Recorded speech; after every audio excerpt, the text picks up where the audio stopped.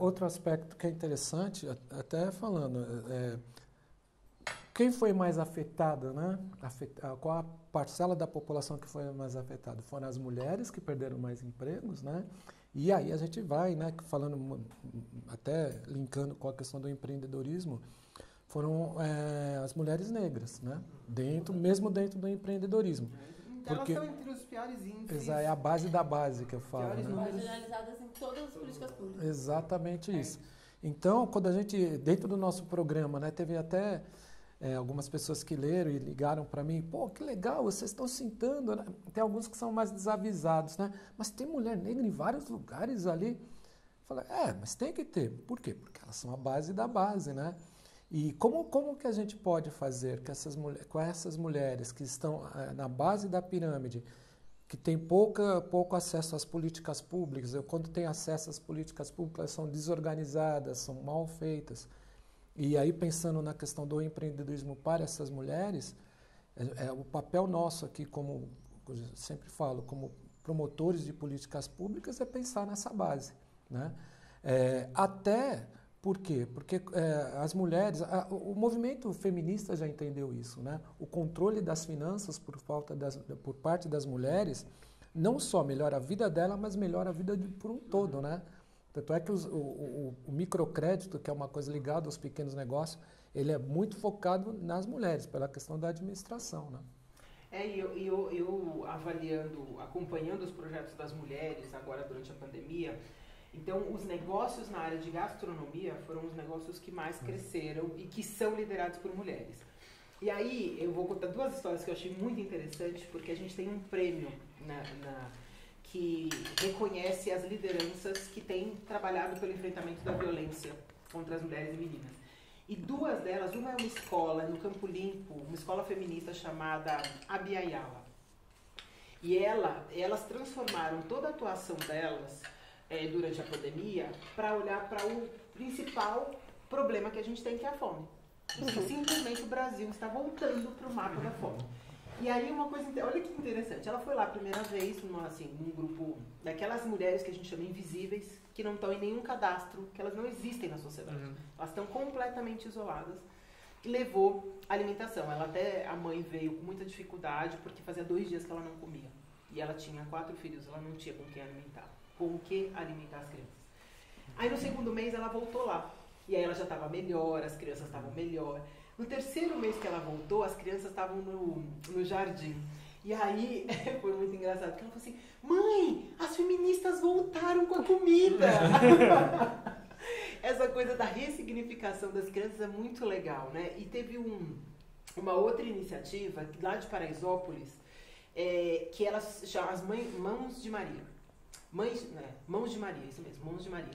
Elas criaram 55 cozinhas dentro das casas, porque com a pandemia, todo mundo foi pra dentro de casa. Ela falou assim, mas só que a gente ficou 24 horas de isolamento, porque não tem como fazer, como é que você sobrevive como comunidade?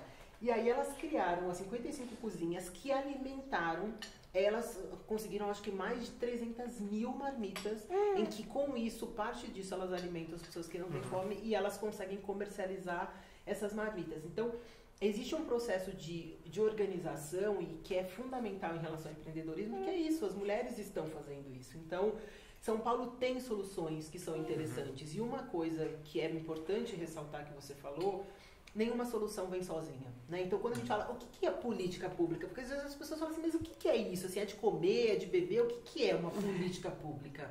Nada mais é do que aquilo que está escrito, organizado como forma de serviço para a sociedade. É isso.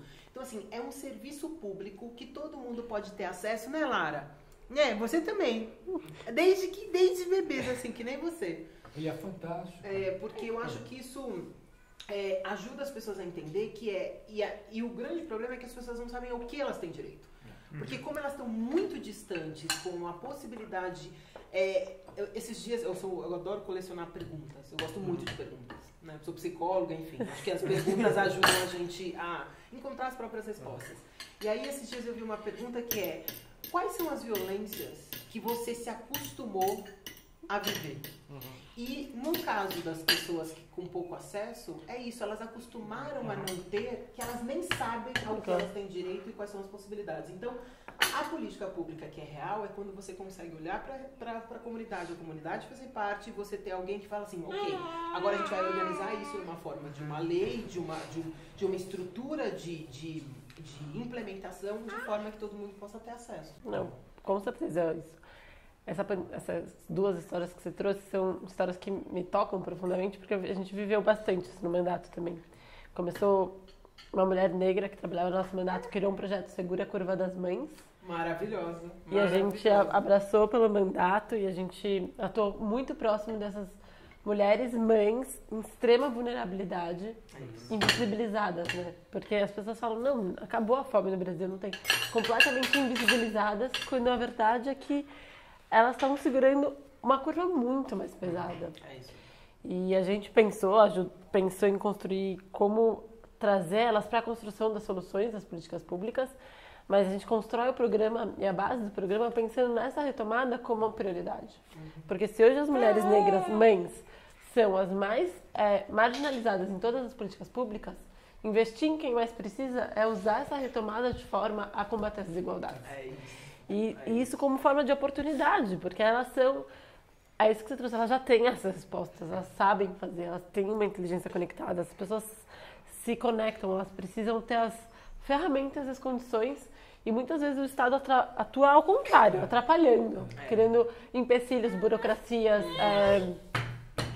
A gente foi numa cooperativa de coleta de lixo, de reciclagem de lixo, presidida por 2 mulheres essa semana, foi incrível. E uma delas tinha outra cooperativa e elas tinham perdido a licença porque precisava retomar com todas as certidões negativas.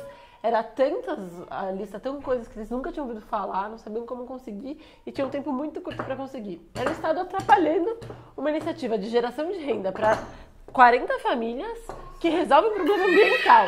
Por uma certidão que demorou 30 dias em vez de 5 para sair, elas perderam a licença.